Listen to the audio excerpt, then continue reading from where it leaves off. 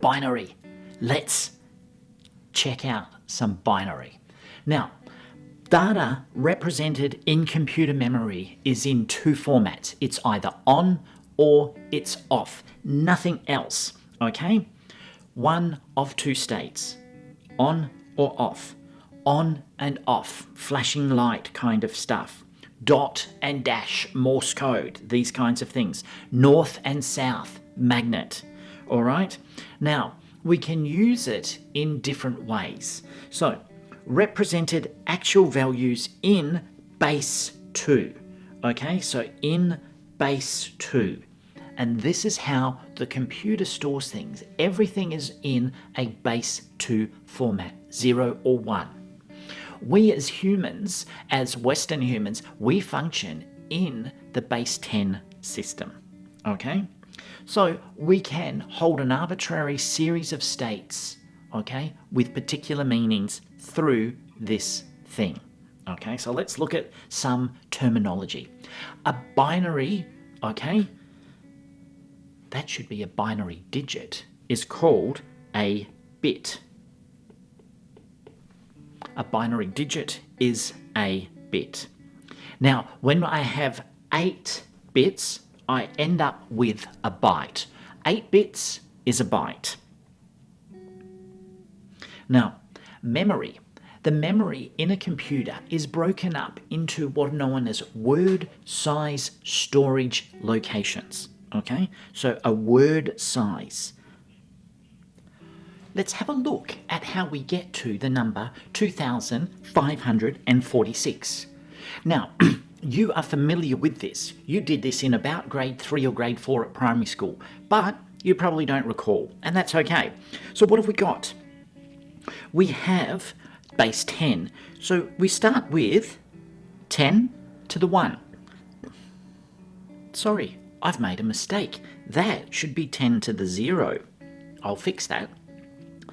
10 to the 1, 10 to the 2, 10 to the 3. We have then 10 to the 0 equals 1.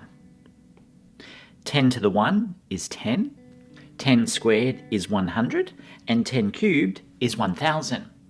So the number 2,546 has 2 lots of those, 5 lots of those, 4 lots of those, and 6 lots of that. So 2 times 1,000, 5 times 100, so that was 2 times 1,000, 5 times 100, 4 times 10, and 6 times 1 gives us 2,546. That's how we go about doing maths. We just don't recall that. Computer numbers systems, what do they use? Well, a lot of computing people like to say there are 10 types of people in the world. Those who understand binary and those who don't. And you're going, but David, that sounds like 2 types. And that is 2 in binary. 2 in binary is 1, 0. 10. 1, 0 in binary. So if we were really going to write this correctly, what we would need to do is we would need to put that down there. And that's the same when we write 2,546. Technically, we should put a 10 there to tell people it's base 10, but we know that. We don't need to be concerned. Computers use base 2. That is, they use binary. Now, the other thing that is often used, and we often use, is base 8 and base 16 when it comes to representing these things within the computer number system. But when it's stored at the core, it's stored in base 2. Now, we are going to do some really simple calculations looking at how we go about converting decimal and binary, etc. Let's do some converting of decimals into binary using the quotient remainder method.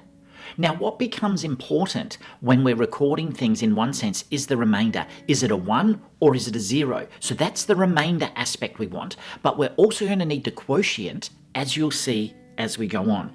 2,546. Okay, let's go. 2,546 divided by 2 equals 1,275, remainder 0. And let's store that 0. Now, 1,273, so our quotient is moved down here, and we now divide that by 2, and that is 636, remainder 1.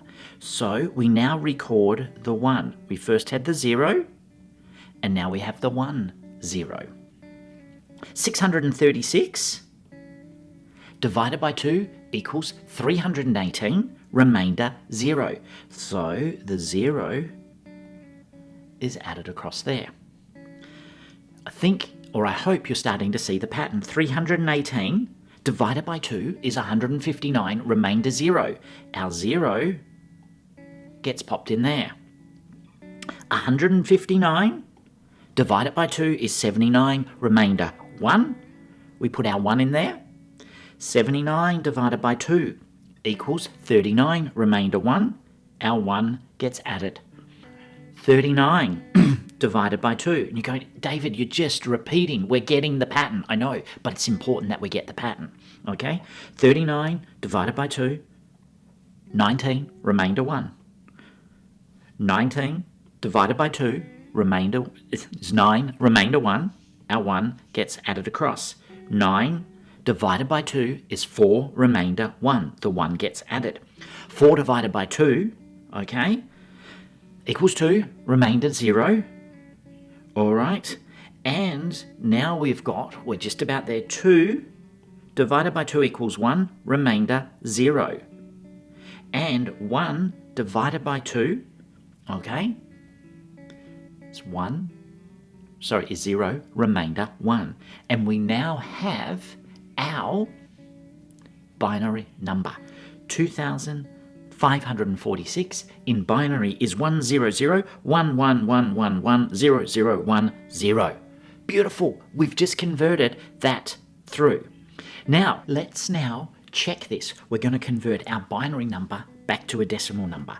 So 10011111011. We've got 1, 2, 3, 4, 5, 6, 7, 8, 9, 10, 11, 12 digits in it. So what do? Well, we're using our base 2, and I've got across here, as you will see, there are 12 digits, if you like. 12, we need 12 numbers. So 2 to the 0, 2 to the 1, 2 to the 2, 2 to all the way up to 2 to the 11. That gives us, starting at 0, our 12 digits. What comes next is I'm going to put in what they are all equal to. 2 to the power of 0 is 1, 2 to the power of 1. So you can see what we're doing here. Now, what we do is we're going to take this number and I will be putting that across here. So this one down to there, that 0 down to there, and so forth. And then we have 2,048 times 1. 1,025, 0 times, and you can see what we are doing. You can see that here now. I've got 2,048 plus 0, and let me just... Oh, that's not going to erase for me. So that's all right. 2,048 plus 0 plus 0. So what we're doing is when it's a 1, we include it. So 1 times 2,048, it's in. 0 times 1,025, well, it's 0. And we go across. And then we add all of these together. Okay, what do I mean? Sorry about that writing across there. 2,048 plus 256, 128, all of these. When we add all of those together, we get 2,546. That's how we check our binary conversion, our decimal to binary conversion was accurate. Your turn. So you're going to take some time now, okay? And what I want you to do is to work through these conversions, okay? Converting 126 base 10 to a binary. Then I want you to convert 11011011 base 2 to decimal, and check your work by converting back as we already demonstrated.